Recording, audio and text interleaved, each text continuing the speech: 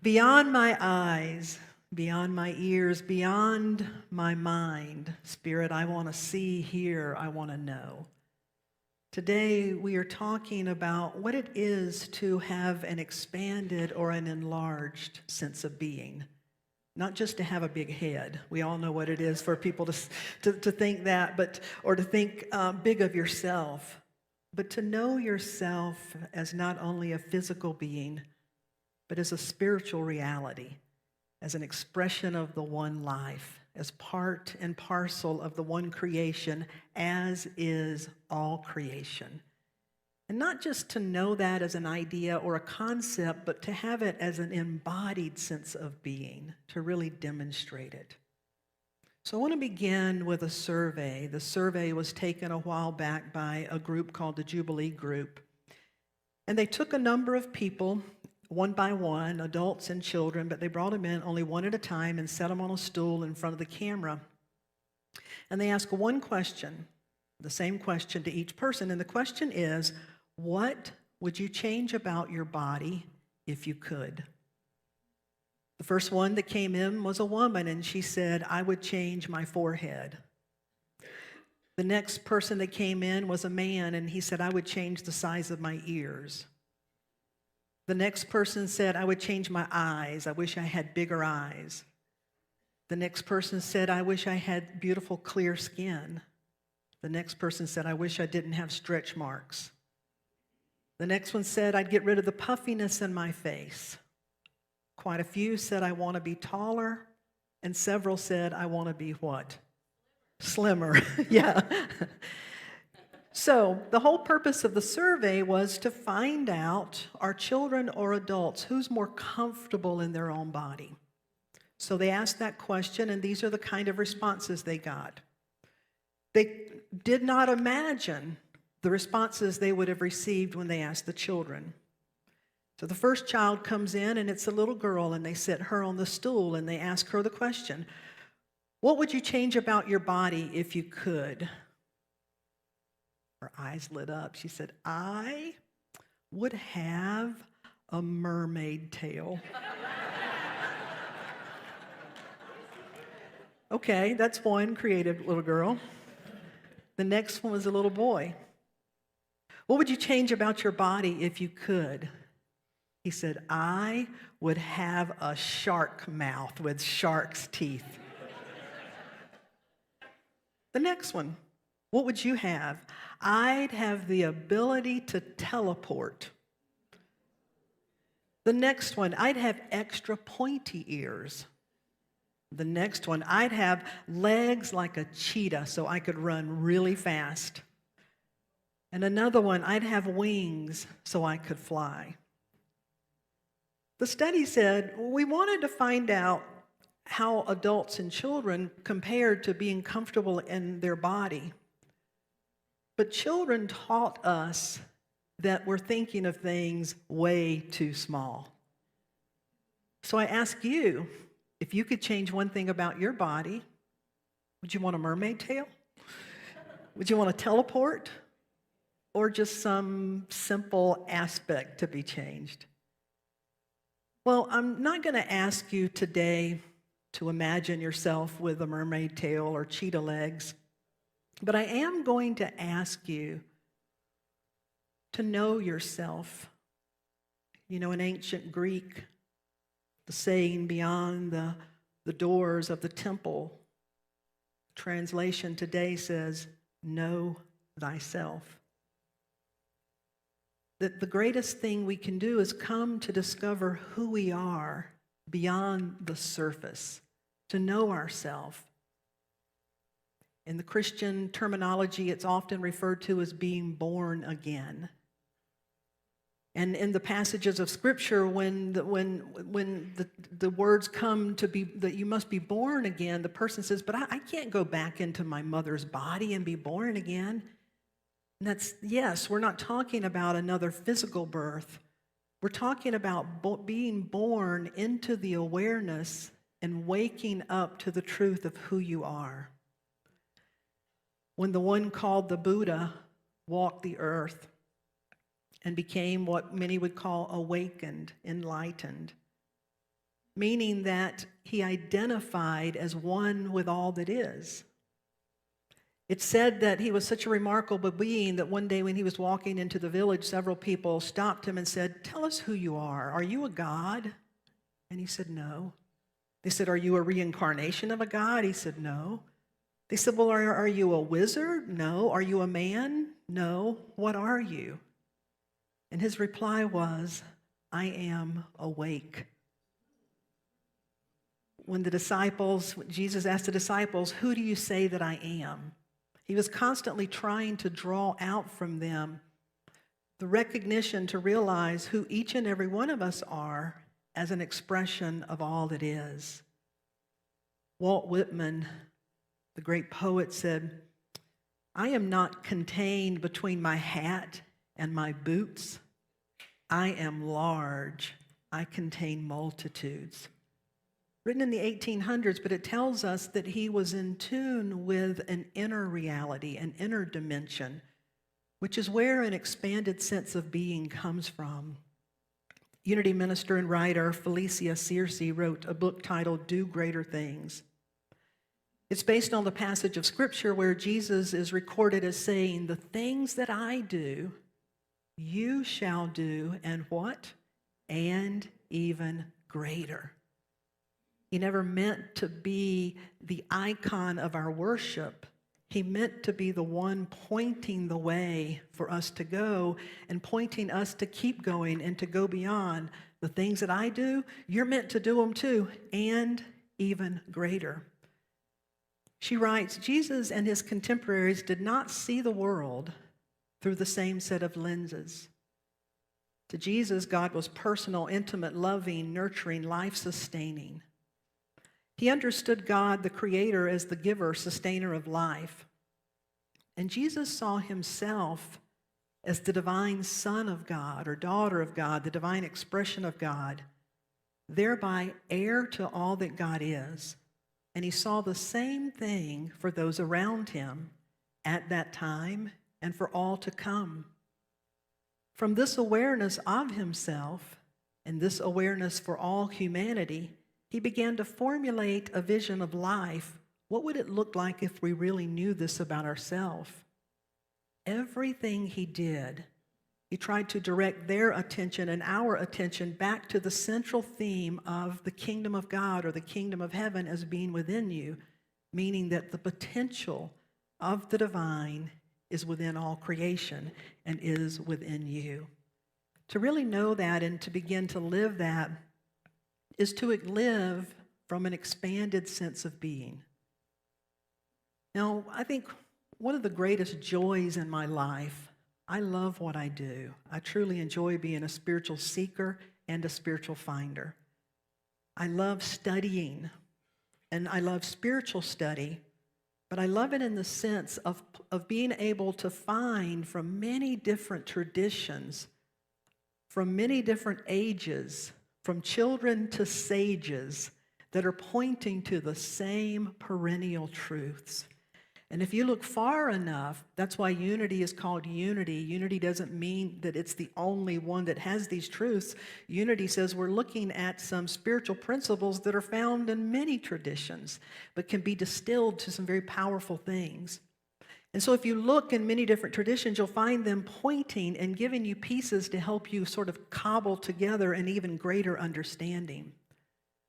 One of the best stories and best examples to demonstrate what it means to live from an expanded state of being, to me, comes from a Zen parable. And it goes like this. An aging Hindu master grew tired of his young apprentice constantly complaining. And so one morning he told his young apprentice, "Go and get some salt."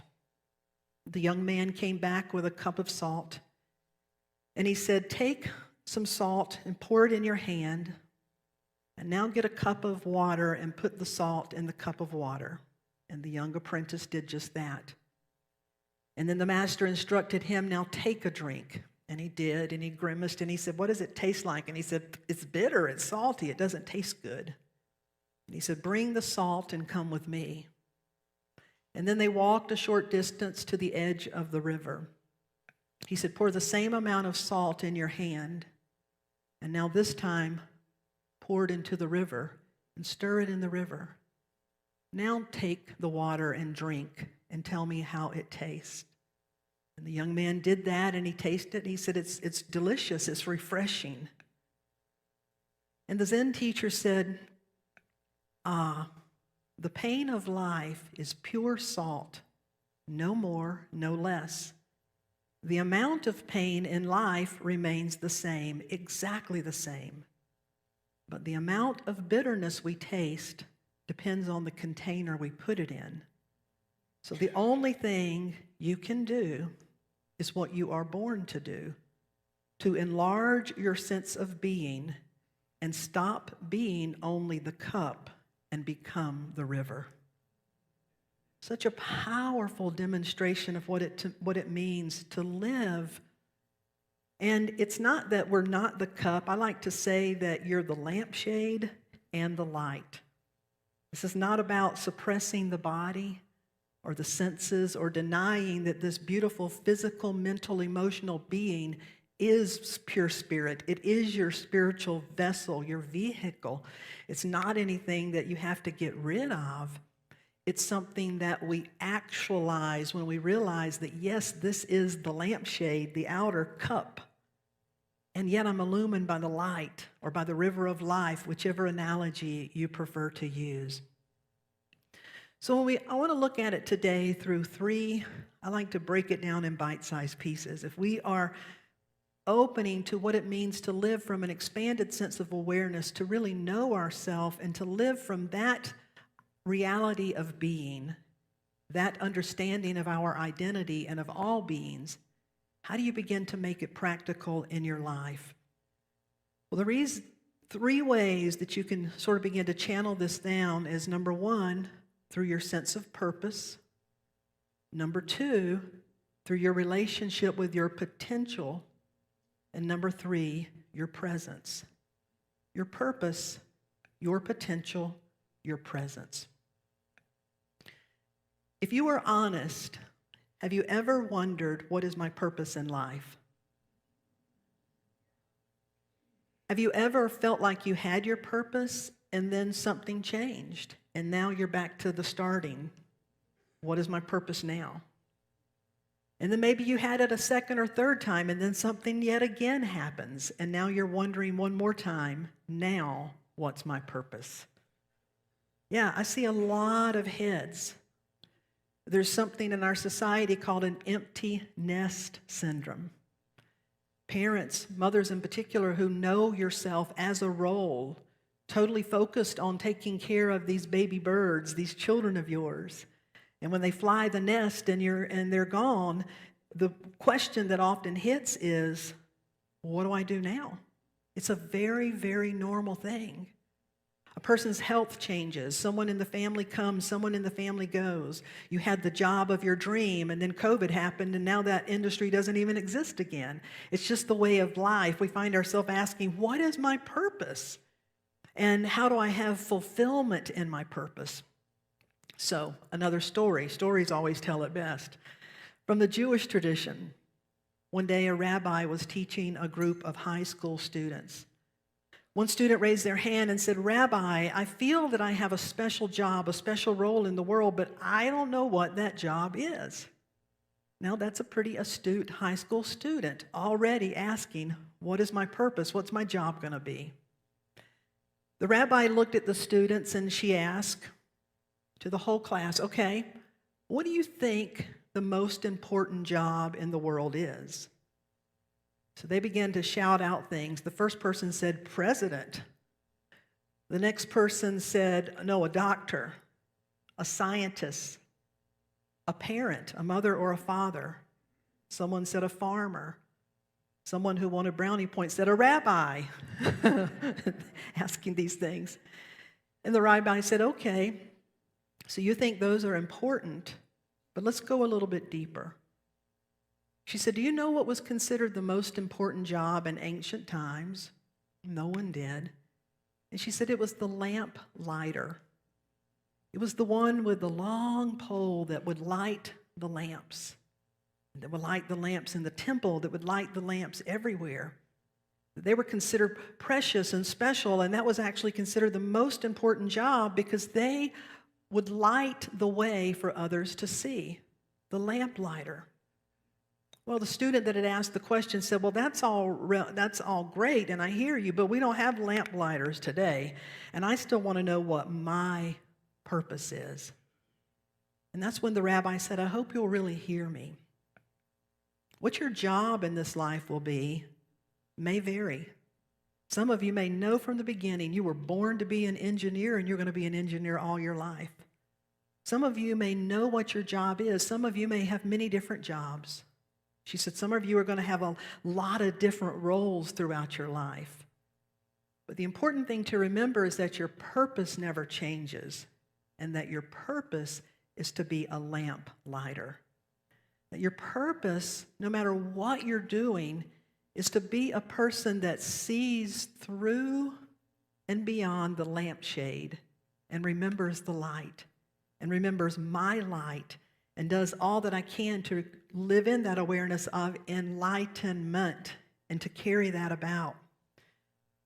It's said of Mother Teresa, the powerful work that she did in Calcutta, where she would work with a group of people known as the unnamables.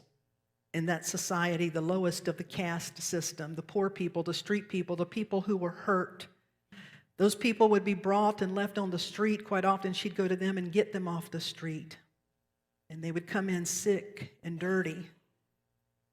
And it was said that they're in the areas where they would have bathtubs set up for people to go and help cleanse those that were coming in, that above every bathtub was one sign, and the sign said, "This is my body." It comes from the scripture, "This is my body, the body of Christ." What she and her workers wanted to do is no matter who they saw before them, no matter what condition they were dealing with, is yes, you're being present to that, but don't ever lose sight of this is the one holy body. This is a light of God right in front of you. How powerful for her to do that and for her to demonstrate that. So the first thing in having an expanded sense of awareness, an extended sense of being, is to be a keeper of the light and to realize that is your lifetime purpose. And it can be channeled through many different things that you do with your time, your gift, your talent, your treasure. But in all that you do, be one who ignites the light, remembers the light. The second, then it brings us to our potential, our capacity to do the things that we can do. How many of you have had times where you had inspiration come and you're like, wow, that just came from somewhere else? That idea came. Or maybe you were terrified to do something, yet there was still something else inside of you said, you can do it. Just take the next step. There was something guiding you forward. We tend to think of spiritual potential or people that have spiritual potential as if they just have something new and different inside of them that we don't yet have. But potential is seed. It must be watered. It's something that you recognize, you recognize its presence, you recognize it's there, and we step out by faith, we keep moving in that direction. It's about opening our consciousness to become a gateway of a higher presence and a higher potential. One of the most powerful stories, if you look in the Bible in the Old Testament, that really demonstrates this, in unity, when we look at the Bible, we are looking at as a story of a journey from what is called Adam consciousness, the consciousness that perceives yourself as separate and outside, to a journey of Christ consciousness, the consciousness that is one with all that is. And so the journey, the story, the characters represent characteristics within us, and they're part of our human spiritual story. One of the most popular stories in the Old Testament, and probably because of the movie and Charlton Heston, is the story of Moses and parting the Red Sea. And you know the story, the children of Israel, which were really the descendants of Jacob. These people were oppressed in a country that was not their home. They'd been promised a promised land. And yet they had been enslaved. And so the day finally comes where they march to the edge of the Red Sea. And as the story goes, the Red Sea parts. They walk across on dry land. They get into the wilderness where they then stumble around for 40 years, the wilderness. But as the story goes, it only took about 2 years before they made it to the edge of the promised land. There they are. It's been promised to them. It was told they were their land. It's your land. Yours to go and take possession of it. So when they finally arrive here, as the story goes, and this comes from Numbers chapter 13, as the story goes, Moses tells one person from each of the 12 tribes of Israel, pick one person, and the 12 of them are going to create kind of a reconnaissance team. We're going to send them out as spies to survey the land and then come back and tell us, can we do this thing? And so this picks up Numbers 13, chapter 25. So they've been out and they come back, and this is what it says. After exploring the land as spies for 40 days, the men returned. They reported to the whole community. They even brought some of the giant fruit they brought back. This was their report. They said, we entered the land that you sent us to explore. It is indeed a bountiful country. It literally flows with milk and honey. And here's the kind of fruit. They showed giant grapes and giant fruit, according to the story. But the people that live there are powerful, and their towns are large and fortified. We even saw giants there. But Caleb, one of the 12, said, wait. That's not the way I saw it. Let's go take it at once. We can do this. We can conquer it. 2 of them said, we can do this. Joshua and Caleb said, we've got this. We can do it. But the other 10, it said, they argued, we cannot go up against them. They're stronger than us. So they spread this bad report among all of Israel. The land we traveled through and explored will devour anyone that goes there. All the people we saw were huge, even giants. Next to them, we felt like grasshoppers, and that's what they thought too. Now, there's a lot in that story that you could unpack, but the essence of it is this. Have you ever felt like a grasshopper facing a giant? Of course you have. We all do. But in the story, it's interesting because they could have said, hey, we're just normal-sized people and they're giants. That would have been enough reason.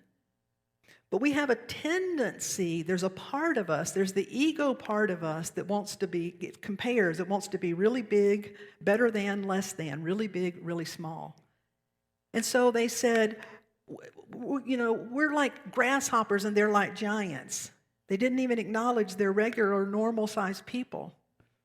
But the kicker, because remember they were spies in the land, the kicker says, in their sight, we're just like grasshoppers compared to giants, and that's what they thought too. They didn't ask them. The giants didn't say, hey, little grasshoppers, get out of here. They did not have that conversation, but it points out what we tend to do in our consciousness as a general rule when we're facing challenges. A huge part of life is we get caught up in what we could call giant and grasshopper consciousness. I feel like a grasshopper. I feel like I'm facing a giant, and we get stuck at this level. And so as the story goes, it would be many, many more years before all of that would have to die off. All of that has to go away before we can open and become the gateway to entering a higher level of being, to really opening to a higher level of potential. Let me give you another true story to just make it practical in a modern way. Reverend Paula McDeesey, she is a recently retired Unity minister. Her husband, Richard McDeesey, is a big part of the music in Unity and New Thought churches. She's a fabulous minister. And she told her story. She said, in 2006, I felt called to move from Portland, Oregon, where I had lived for 27 years, to move out to Kansas City, Missouri, so I could someday go to ministerial school at Unity Village. I had no idea how it would happen or if it could happen. But a part of me knew that it would. And I finally began to just feel that. I knew it would happen. As soon as I embraced that knowing, miraculous things began to happen. The first thing was I got laid off of my job. Now, have you ever been praying for something and then something happened and you're like, why did that happen? It's like, well, weren't you praying for change? Yeah, but I didn't want that to happen in order for it to change.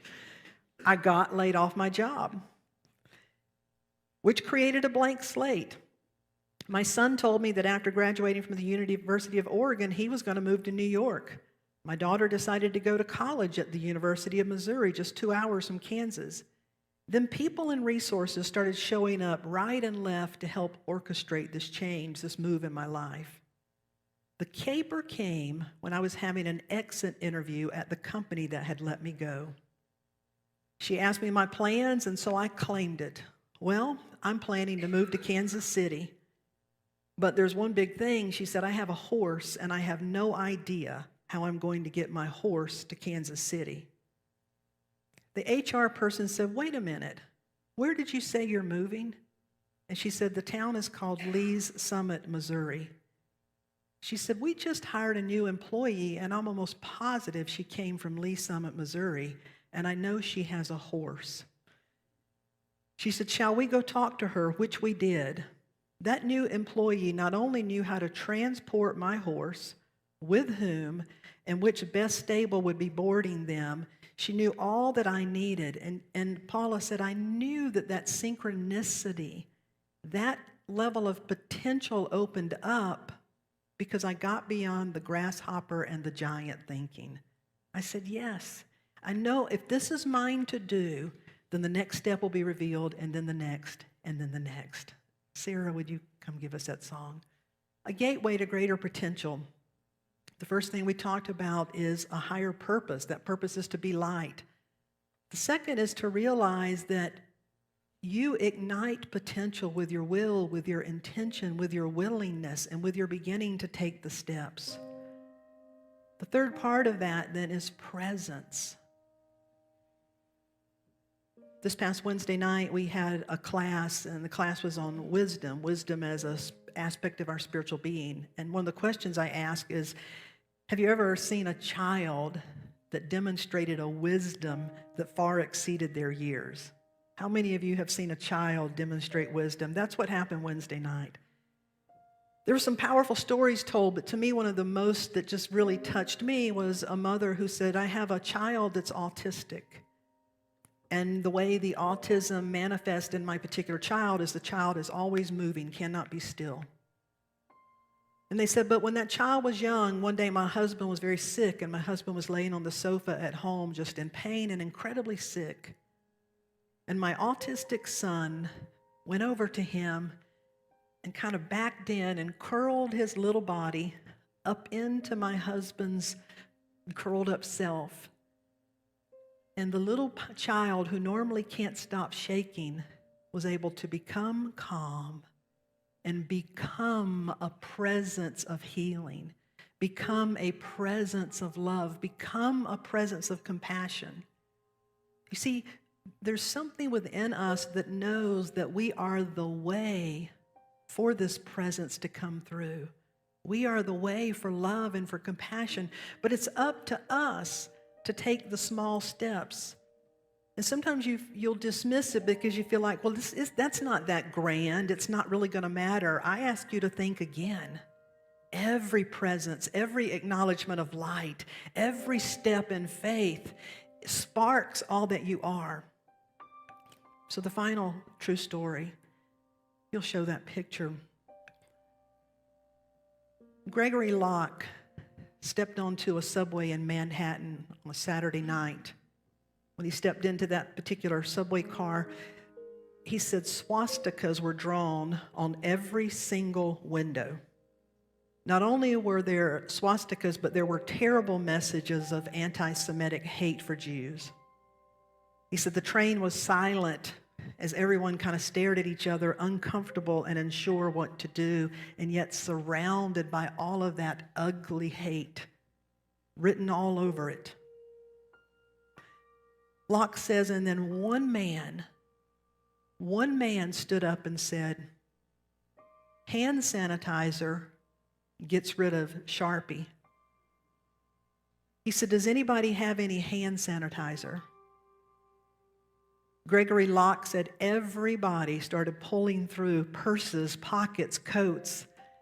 Tissues came out, handkerchiefs came out, pieces of clothing came out, lots and lots of hand sanitizer came out. He said, I've never seen so many people simultaneously reach into their bags and pockets for tissues and hand sanitizer. And the episode only lasted 5 minutes, maybe less. But the passengers, all of a sudden, because of one man, the passengers got up and within 5 minutes cleaned off every single bit. It was all gone. All evidence was completely gone. He said, we sat down just as naturally as we had jumped up. But there was something different in that train.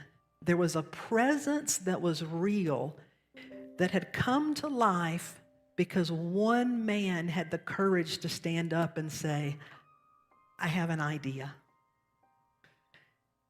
When we talk about an expanded sense of being and awareness, it begins with being willing to work hard to see the light beyond the light shade, theirs and yours. Of remembering that when you're feeling like, I don't know what else to do, then you're standing on the bank of a new reality. Help me, give me the eyes to see. Help me to know how to overcome my grasshopper giant conundrum. I'm here, help me. I'll take the next step. And to practice it every day through being that presence, being willing to say the voice. You know, our presence matters so much in how you do it. It can be as profound as when you hear two people really going at it or just really dissing somebody. If you simply say, you know what? I don't quite see it that way. Sometimes that in and of itself will create enough space for other ideas to begin to come in. How many of you are willing to join in spending some time thinking about your purpose as light, your potential as being a gateway for potential, and how your very presence is always the way? The followers of Jesus were called the followers of the way because they believed they were the way, that the presence of love would come forth, the presence of compassion would come forth, the presence of justice and goodness would come forth through them. So let's anchor this into a time of meditative prayer with this beautiful song that says, I am opening up in sweet surrender to the luminous love light of the one. I'm opening up in sweet surrender to the luminous love light of the one. I am opening. I am opening. I am opening. I am opening. I am opening up in sweet surrender to the luminous love light of the one. I'm opening up in sweet surrender to the luminous love light of the one. I am opening. I am opening. I am opening.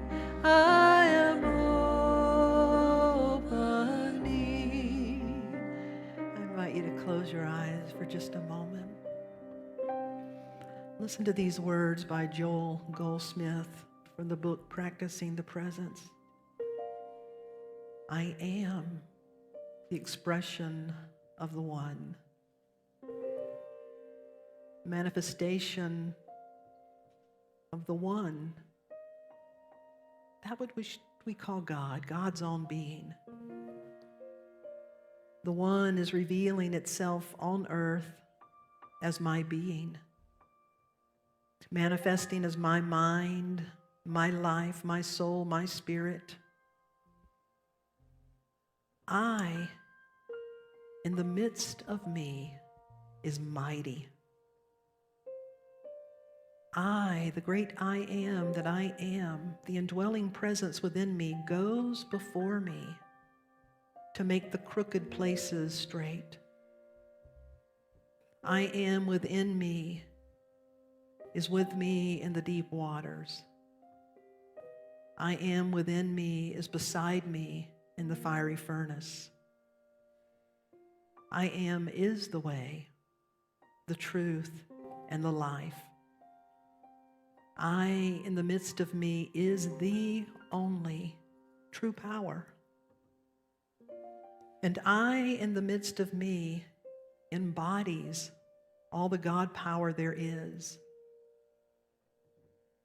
And it's not so much that I can use it, but it is that it can use me. And so I remember that all that I am, can be, is created to be. A presence on this earth with the remembrance that I am here to bring forth the Spirit that is far greater than just what I may be able to generate with my thought and my will. Because the presence of love is not something I generate, it's something that I experience and express. And as I consciously choose and dedicate myself to be here for a purpose that would always be a helpful, illuminating purpose, that would always seek to do good, to add value, to be a blessing. It's that simple and yet that profound that if I say that my purpose and I intend it to be used as an instrument for good, then I'm aligning with that presence of good. And if I remember that my capabilities and my abilities extend far beyond what I currently know them to be, and yet the doorway to expressing them begins right where I am. And so as I stretch myself, as I stretch my faith with my potential, then I grow in my presence. That my presence can express feelings that come from a constricted, hurtful place, or my presence can come from an expanded place where love and harmony and wholeness and light, and just as the wisdom of a child that knows how to intuitively presence a quality that is bigger than their normal state of being, I too have the capacity to be a presence, to be the word, to be the one that takes the next step. And so I open up in sweet surrender to this luminous presence, which is my presence. It's all that I am. And I allow the joy and the fullness to flow through me this day and every day. So I am opening up in sweet surrender to the luminous love light of the one. Opening up in sweet surrender to the luminous love light of the one. I am opening. I am opening. I am opening. I am opening. I am the way. Would you stand with us?